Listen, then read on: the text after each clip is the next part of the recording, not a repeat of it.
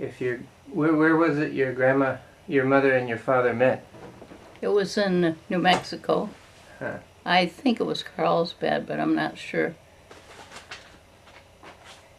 And did they get married in New Mexico? No, yeah, they were married in New Mexico. And I was born in Texas. What year? Hmm? What year were you born? 1930. 1930. Born in Sweetwater. Sweetwater. Did you grow up in Sweetwater? Well, I didn't grow up there. They left there when I was two years old. For where? They went to Muskegon, Michigan. My dad had a job in an old Dutch refinery. So we lived in Muskegon for a few years. And that's where my sister was born. She's about 3.5 years younger than I am. How long did you live in Muskegon? Well, let's see.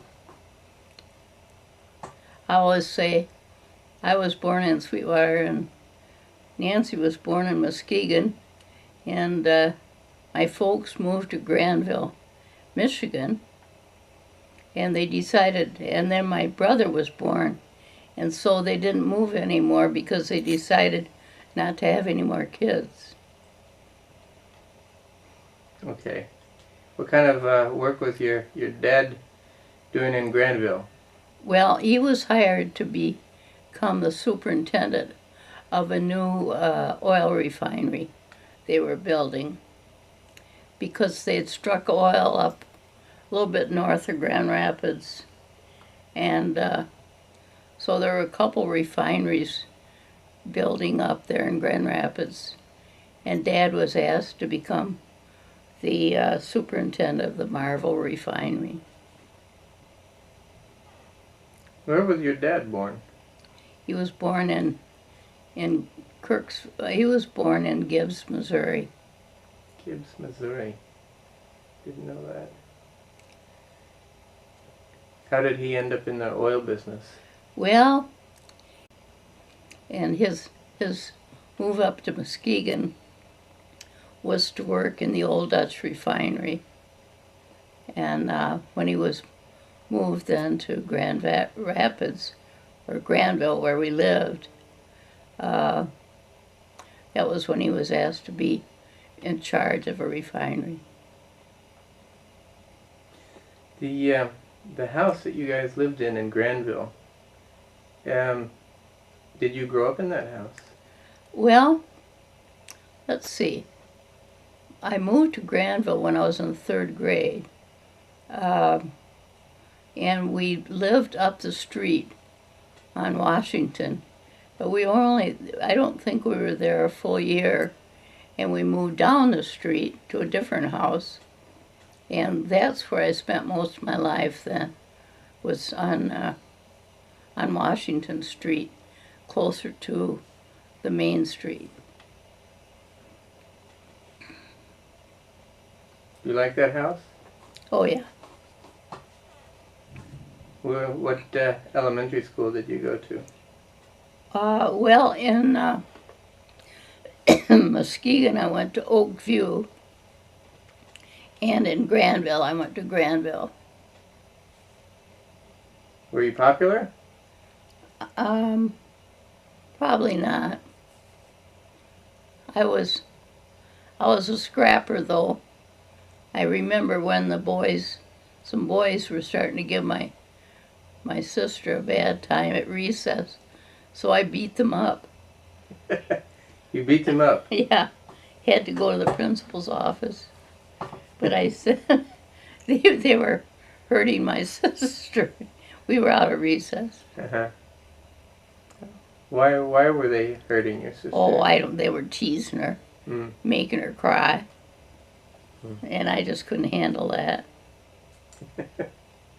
Did you get in fights often? Not too often, because I became such a terror they didn't want to take me on. Who taught you how to fight? What? Who taught you how to fight? Just came natural. I remember you saying something, they called you Mitch, son of a... Yeah, not very long. What do you remember about elementary school growing up? Oh, I remember that when we went into the Granville Elementary School, there was what was that? That was Oak View, that they had Victrola playing, had music. And when I went to Granville Elementary, I was in 3rd grade and put into 4th. See, I was skipped a half grade about then. I skipped the last half of 4th grade. Why? Wait a minute, last half of 5th grade. Well, I was in a half grade class. They used to have those in schools. And other words, I wouldn't start the year on a yearly basis. I'd start it mid-year. And there were several of us in that class. And they were beginning to phase that out. And this one teacher felt I could go ahead. So I took home a couple books that summer, math and geography, I think it was. And so that when I went back to school that fall, I went directly into 6th grade. So I missed the last part of 5th grade of formal schooling.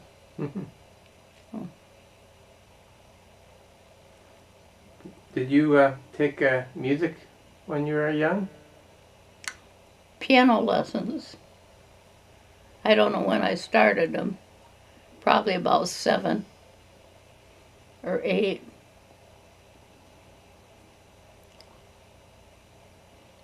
But then my sister started playing the piano, and she played circles around me. Did you think she just had some kind of natural aptitude, or? Oh, she was great, yeah. No, I had to plug away at it.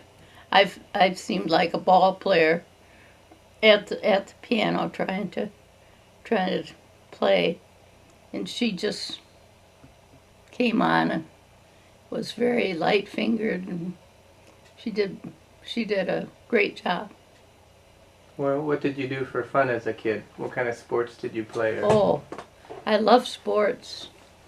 I played ball with the kids out in the street in front. I played intramurals in terms of basketball, track, softball. I loved a gym class. You play with dolls as a little girl? Oh, yes. Well, sort of. Not a whole lot. But one Christmas in Muskegon, I got a beautiful little baby doll and a Canadian Royal Mounted suit, Mountie suit. So had a picture taken of me holding that little baby doll with my Royal Mounted suit. Were your folks, were they, what kind of parents were your folks? Unique. How so? Well, they just were. Mom and Dad were musical, both musical. Mom played the piano and the violin. Dad played guitar, mouth harp, banjo, and also fiddle. And they made music often. And Dad used to play and have me dance. Uh, Mom played the piano a lot and sang. What else? Well, they were quite creative. And Mom eventually wound up giving readings later in her life. And she brought in some money. She'd give readings at weddings and funerals and that sort of thing, because people love to hear her do that. Oh. When you went to high school, it was also Granville High School? Yes. What do you remember about high school? Let's see. I remember I would ride my bike there usually. Not all the time. But because I would carry my French horn. See, when I started high school, I started, of course, as a freshman. When I was a sophomore, I started in band. And I started playing a saxophone, but I was afraid the saxophone, it was a baritone sax, would push my teeth out. So I wanted to play something that would push my teeth in, because I kind of had an overbite. And wound up, well, I played an E, saxophone and marching band instead of the big baritone.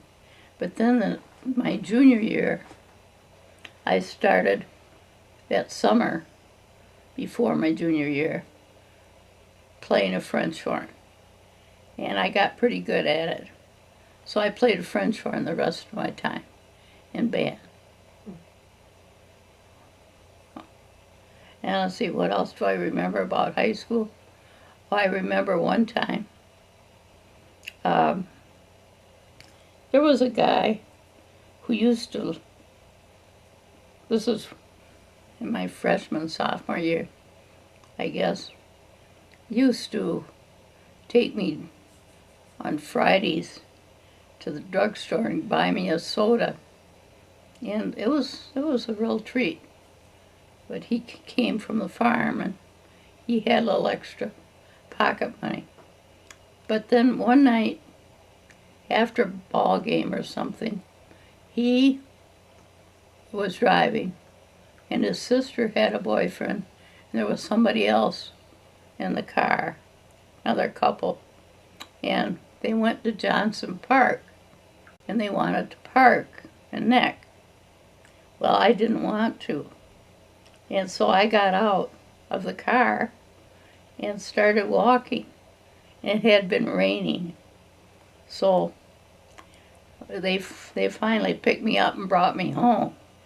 The next day I had the name of Muddy Shoes. Did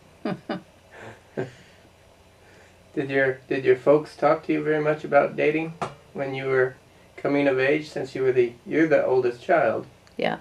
Also a girl, so it must have been, how was that topic addressed by your folks? Really not very much. We talked about things, but I was, and it wasn't that I didn't like boys, but I wasn't boy crazy, so to speak. In other words, my life didn't revolve around the social set. I was a bookworm. I was busy. It was, well, when I first came to Granville in the 3rd grade, when I was sat next to somebody who said, "Well, you're oil people, aren't you?" And as though I was beneath them. And it was a Dutch Reform community. And so I thought, well, we're just as good as anybody else. So I set out to make sure that we were as good as anybody else. And one of the ways I did it was to excel in my studies and to make sure my family was protected. I always had that feeling that I was responsible for my family. Were you, how old were you when World War II started? Oh gosh. When did World War II start? Oh, I was afraid you were going to ask me that. I think it ended in the mid-40s, right? So, and there were bits and pieces of it going on. Yeah.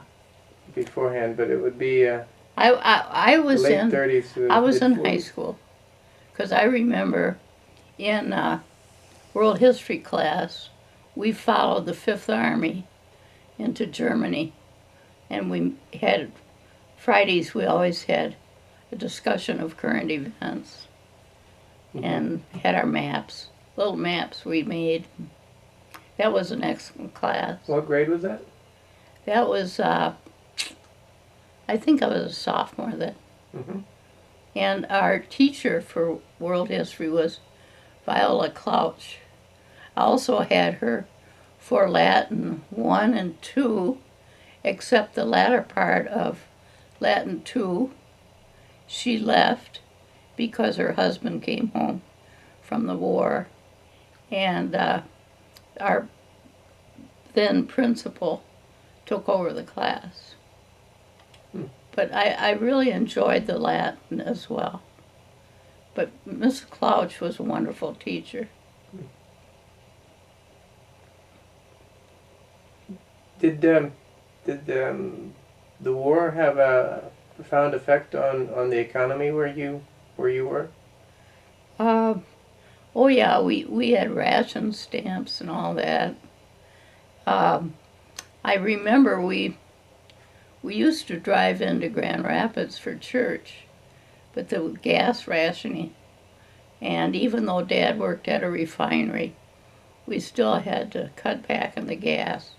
So I wound up going to the Methodist church with my friends, and that's where I became a member, and eventually my parents did also. What church did they belong to before that? A Church of Christ. Which is, how does that compare to Methodist?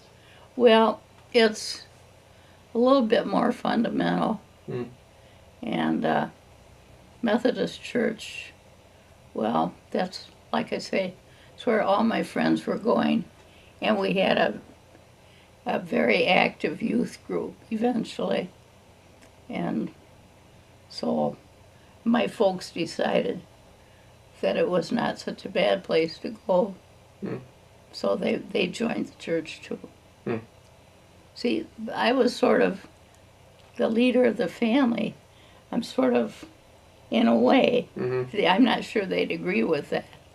But I kind of paved the way for my brother and sister as well.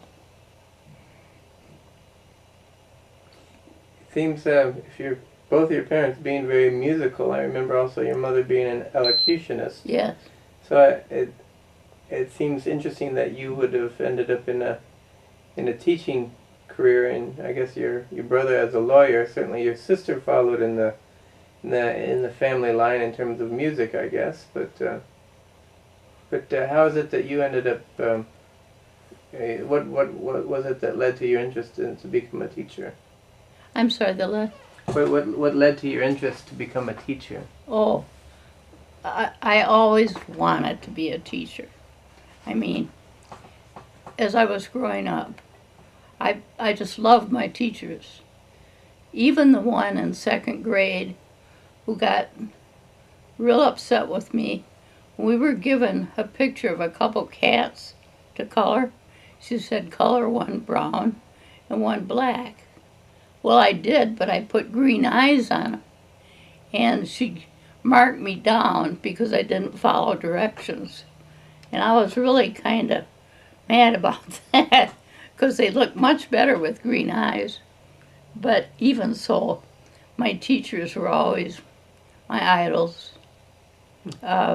Even the ones that weren't so good. And I always wanted to be a teacher. Where did you go to college? I had a problem. I had a scholarship to Kalamazoo in music.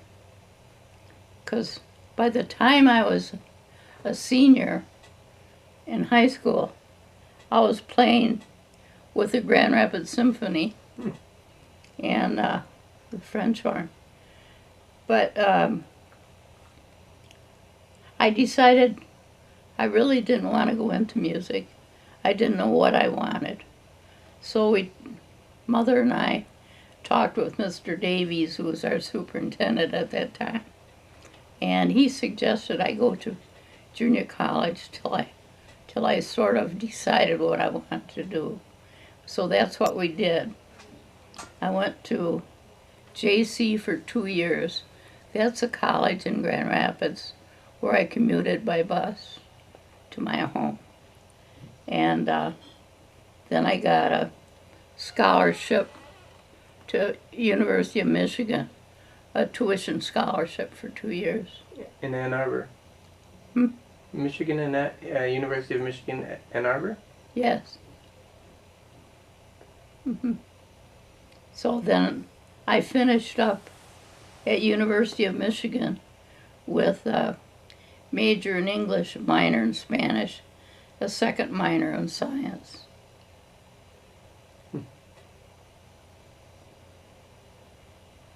When you moved off to college at University of Michigan, Ann Arbor, how old were you? You must have been a junior.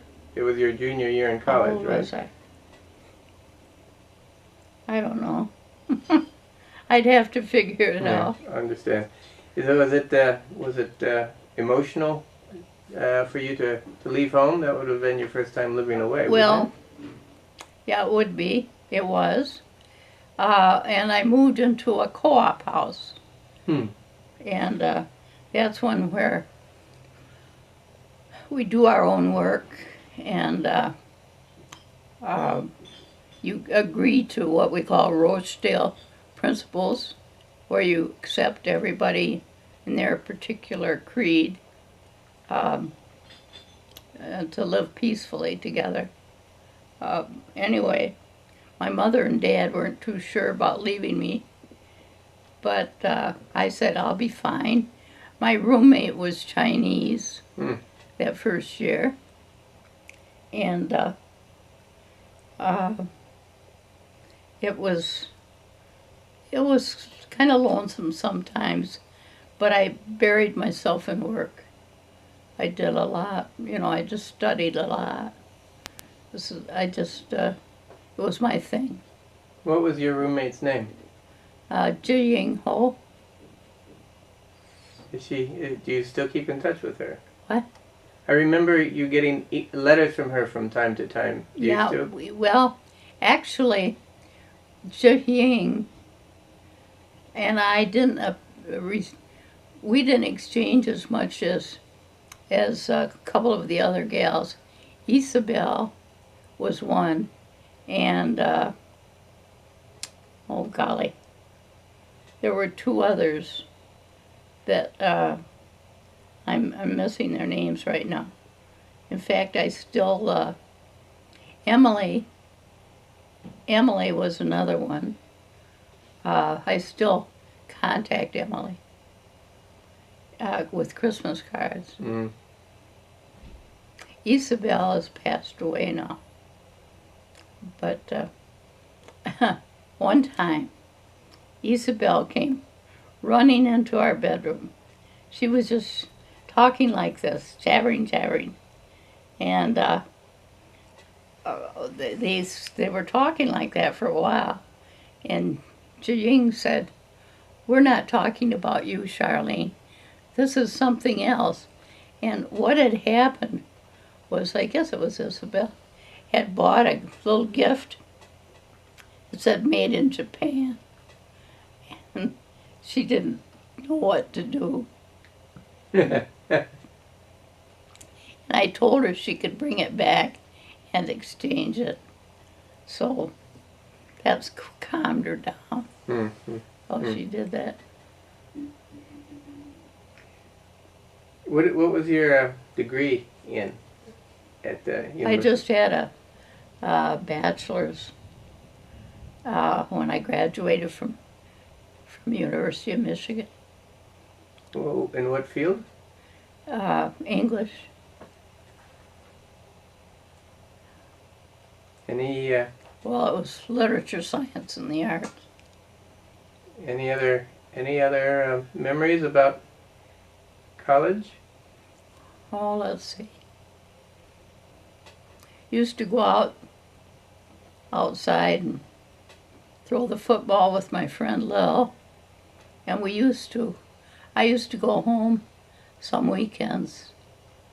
What I'd do, well, in fact, I went to the Rose Bowl game because our Michigan played the Rose Bowl my senior year. So in order to go, which I did, I went with my sister Nancy, my folks footed the bill there, and Sarah Murray, and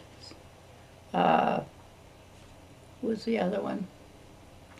Sally Story. We all went to Los Angeles, saw the game.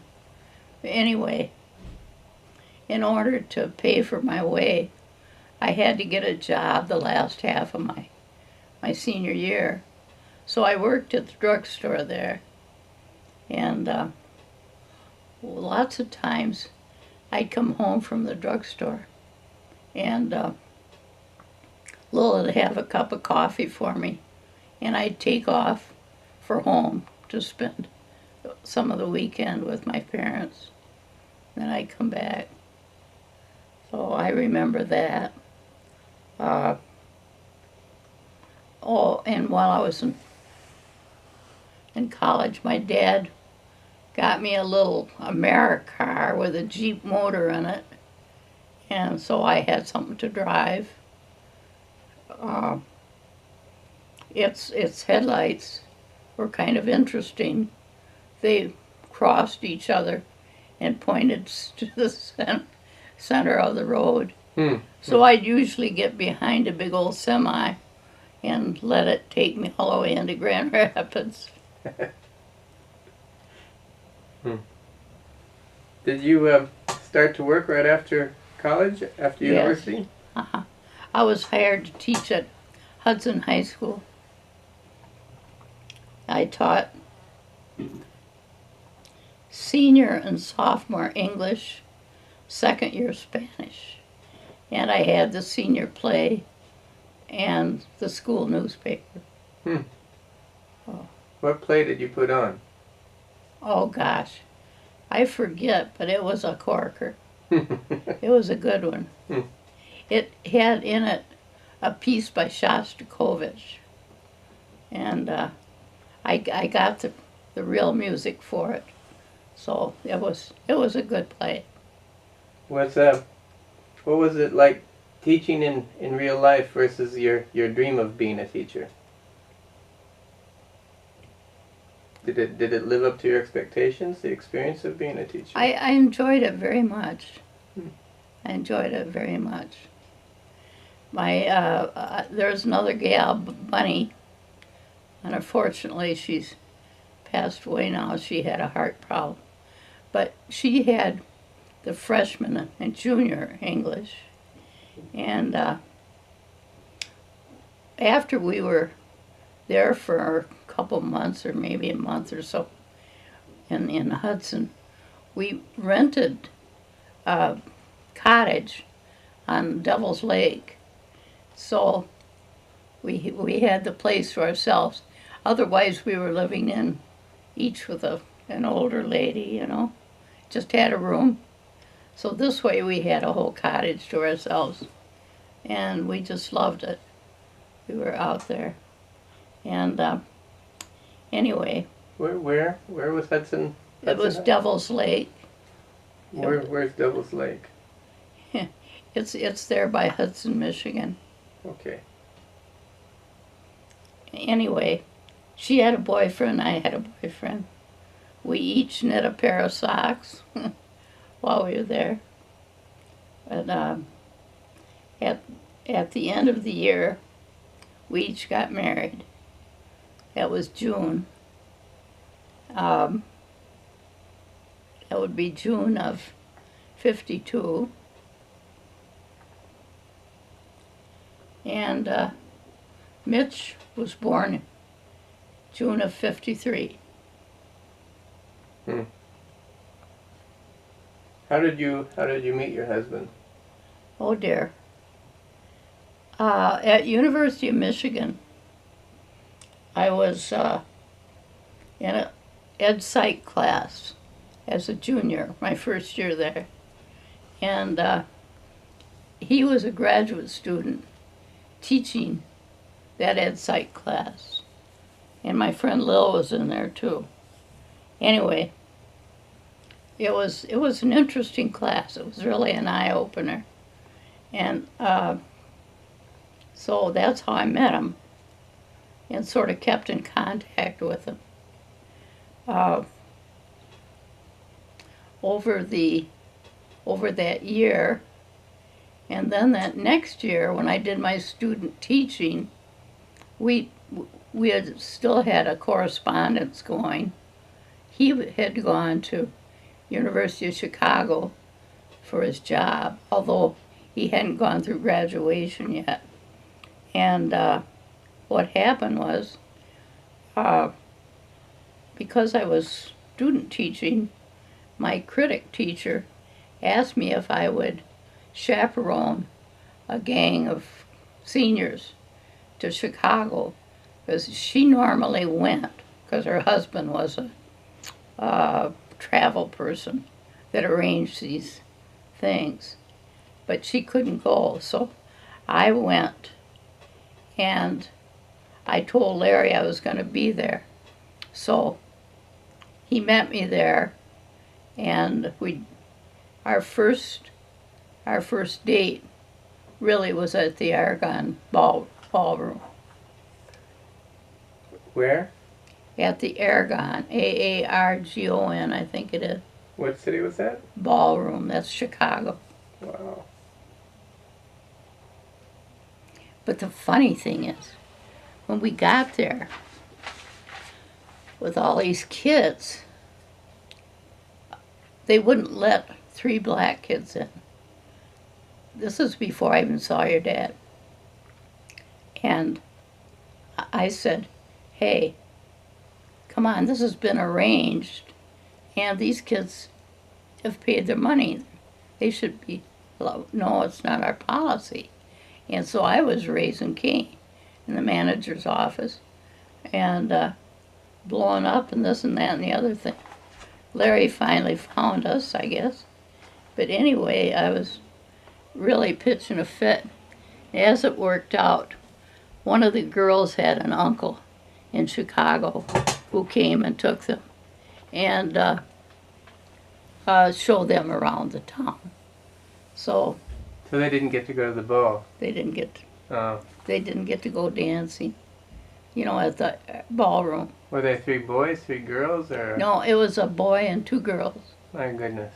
And but I released my venom. But anyway. What was it about Lawrence DeRidder that attracted you to him?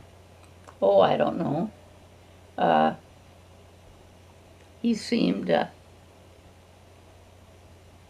well, number one, if the ideas in his class really stimulated my thinking. The problem is, after we got married and I presented him with some of those ideas, he couldn't fit them in to his own religion and all. I mean, he didn't have a, they didn't mesh. And I was curious about that, but we won't get into that. But anyway. You said your first child was born a year after you were married. Right. You were living in Chicago then? Yes. It was in, what kind of place did you live in Chicago? Well, we had an apartment. Well, it was up second floor. And what was it like being married? That's probably a better question. what was it like being there?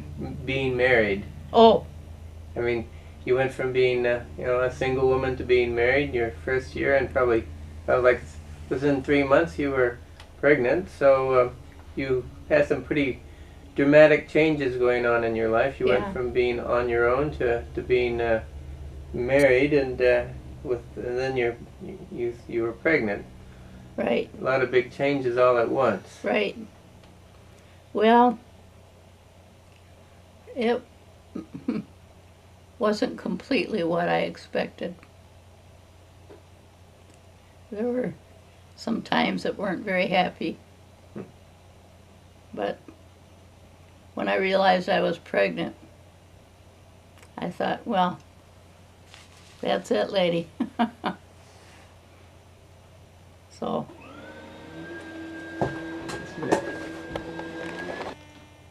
okay, here we go. So, we can switch gears a bit. You got your degree in English, and you taught high school, but later in your career you became a mathematics teacher. So, what happened? how did that happen? How did you move from... Well, when Mitch was born, in '53, we moved to Knoxville. And before I knew it, I was pregnant for Dan. And so about every 2 years, I had a child, till I had Tammy. So I had five children. And of course, they kept me busy at home. But as they grew up, and I saw them leaving me and going to school, I felt very empty. So I went to see about what I'd have to do to get instated as a teacher in Tennessee. And they wanted to hire me right away, which they did, but it was for an English job. And it didn't work out because you kids had not gone back to school yet. You were home with your dad, and everything was kind of a mess. So I said, well, this isn't going to work. So after you got into school, your dad got back to work, I went to apologize because I put in my week of in-service or whatever it was. They said, well, we have another job. It's teaching mathematics and science to 7th and 8th grade out at a school not too far from you. The other one was Farragut, which is away. But, so I took it, and I loved it. I really liked teaching the math and the science. And I had a second minor in science anyway. So after that summer, I started in a couple of summer institutes. And, well, I went in and talked to Dr. Don because he was the one to talk to about going further in math or science. And so I got into the institutes, and so that was in 65, I guess. Anyway, so I certainly got certified in math, and he said, you've got so many courses, you might as well get your master's. So I got my master's. And then after I was in that, and I was department chair for Doyle High School, because I moved after 3 years from 7th and 8th grade to the new Doyle High School, teaching algebra and algebra 2, that sort of thing. Well, anyway, then I was moved to the central office to be supervisor, and I realized that I needed more math. And I went back and started taking courses in probability and so forth and so on. And after a while, Don said, "You have so many courses, you might as well get your doctorate." And, because that means more money. So I got my doctorate. And that's how that happened. Was it hard to study and work at the same time? Pardon? Was it hard to go to school and work at the same time and be a full-time mother? Actually, it worked out well because, let's see. Some of you kids had gone on to college. Jason was at home. And Jason, as a matter of fact, when he was sick, I was able to take off and work on coursework, be with him. It worked out because I had sick days. So I don't know how I did it, but I did it. And wrote my dissertation, and it came through all right. What was the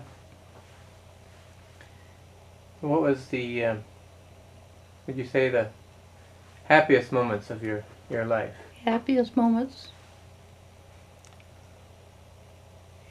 I think one of them was when I had Tammy by natural childbirth. I was euphoric. I thought that was really wonderful. I'd had difficulty with all other births before, but Tammy just came. And I would have tried to have Jason the same way, but he had to be cesarean. What's the difference between natural childbirth and normal? Oh, natural childbirth, you don't feel any pain. I felt just pressure, and it has to do with breathing and your body response, knowing what to do with your body, and instead of fighting it and feeling those waves of pain, I worked with it, and I took lessons to do that, and it just was beautiful. That made me happy. Other happiest moments? Hmm? Other happiest moments? Just being with my kids. Christmases and birthdays. Yeah. I love my kids. Still do. Good. Proudest moments in your life? Proudest? I guess when I got my PhD. I was very proud.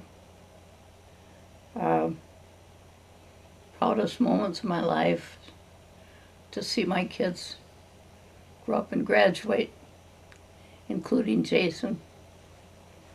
When he went through, of course he had a special diploma, but when it came time to go down and get his diploma, he tooled his wheelchair, went down front.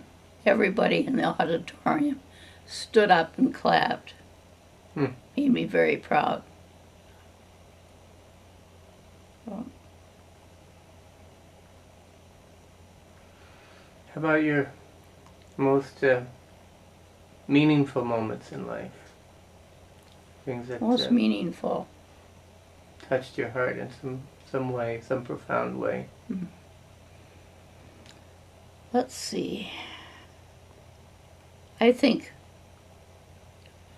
one was when I graduated from high school and I gave my valedictory.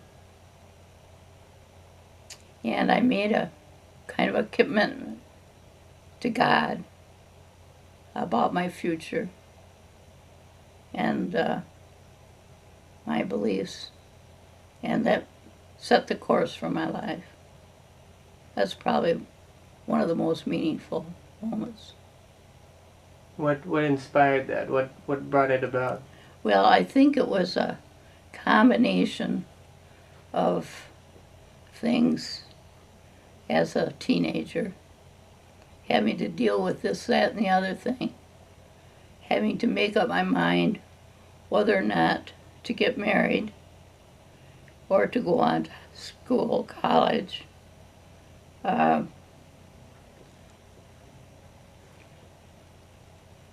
Did I really want to go to college?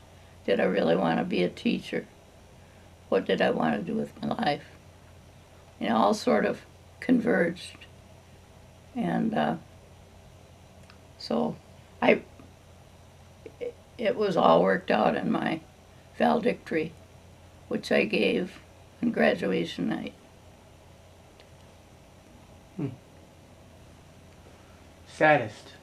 Most saddest moment in your life? Saddest? What was the saddest?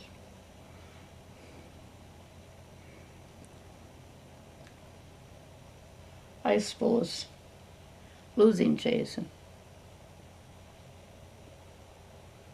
I knew it would come. But still, he was such a precious kid. And it was so great to have all you kids here.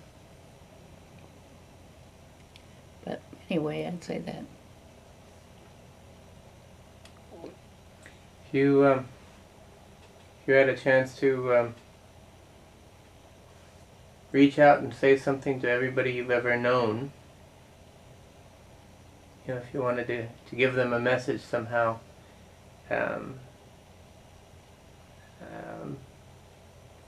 everybody that's touched your life one way or another, what would you, if you could say it all at one moment, and just you were to say something now that you would share with all the people you've known, what message would you like to leave with them?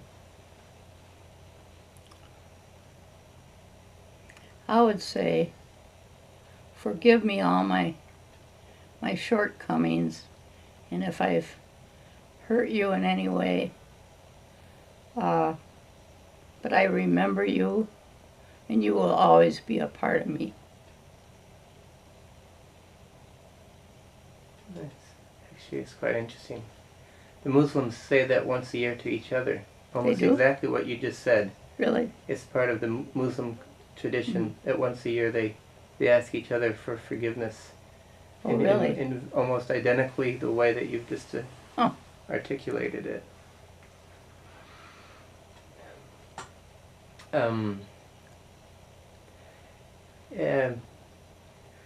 Let me just ask you a couple questions about your children. As you think back on Mitch, Dan, Jody, Kim, Tam, Jason, what were the similarities and differences between your kids? No two are alike. No two are alike. Each one of you was unique, was very creative, had your own ideas about things. And I felt, you needed to be dealt with individually as you were growing up.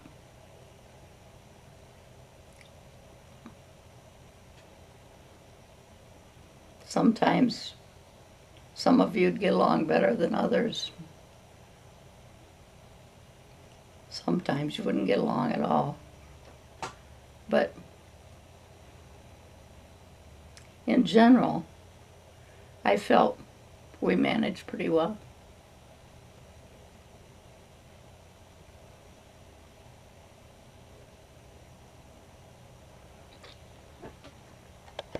Why don't you tell me about the time? Why don't you tell me about the time you put a ceiling in the co-op house? Oh, well, the ceiling was cracking in the living room. This was in my senior year. And it was crumbling, as a matter of fact. So Lil and I got a piece of oilcloth. It used to be a tablecloth. And we got a bunch of glue and a ladder, a couple ladders. And we we glued that tablecloth on the ceiling so that that plaster wouldn't come down on us when we were sitting in the living room. And of course, there was in the ceiling there was this dip where the plaster had come down, but it covered it and it stayed up there. So we were very pleased with that, which was maybe better than the time we painted the third floor bathroom. We went and got the paint, and we got green and yellow. We thought that would be good. Well, we painted it green and yellow, and it was such vivid colors. We called it Van Gogh's bathroom. It was such brash colors, you know, and we laughed all the time we were doing it. Anyway, those were a couple of good times, a couple of good memories. Lil was your best friend? Yeah. You still in touch with Lil? Yeah, I was. She just passed away this past year. Oh, no. Yeah. She lived up in the Upper Peninsula, Kingsford. She was an English major. She used to call me Prince Hal, and herself, she was Falstaff. Over the years, did you keep in touch? Oh, yeah. In fact, I drove up there, or I flew up there, and she drove me to Sarah Murray Lambrecht's birthday party not too long ago, not too many years ago. And then she drove me back to Escanaba, where I got a plane home. So I got to see her a little bit. Before that, when was the last time you'd seen her? Before that,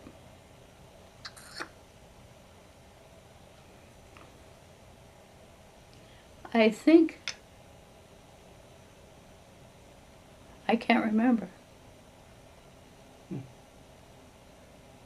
It may have been when I was up there with your dad and Jason. But it's been a long time. When you first met your husband, or the man that became your husband, you were living with Lil.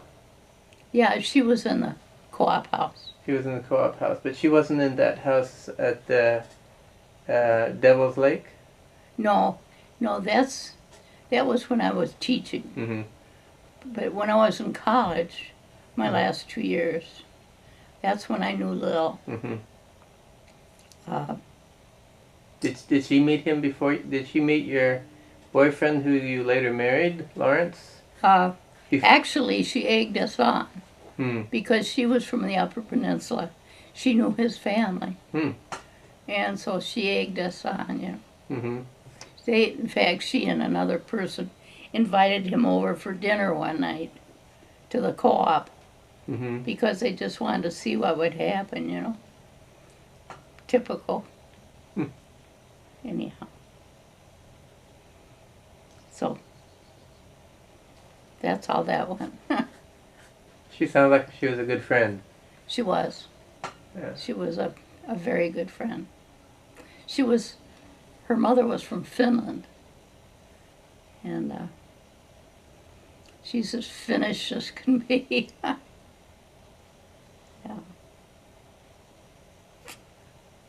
Good memories. Very good.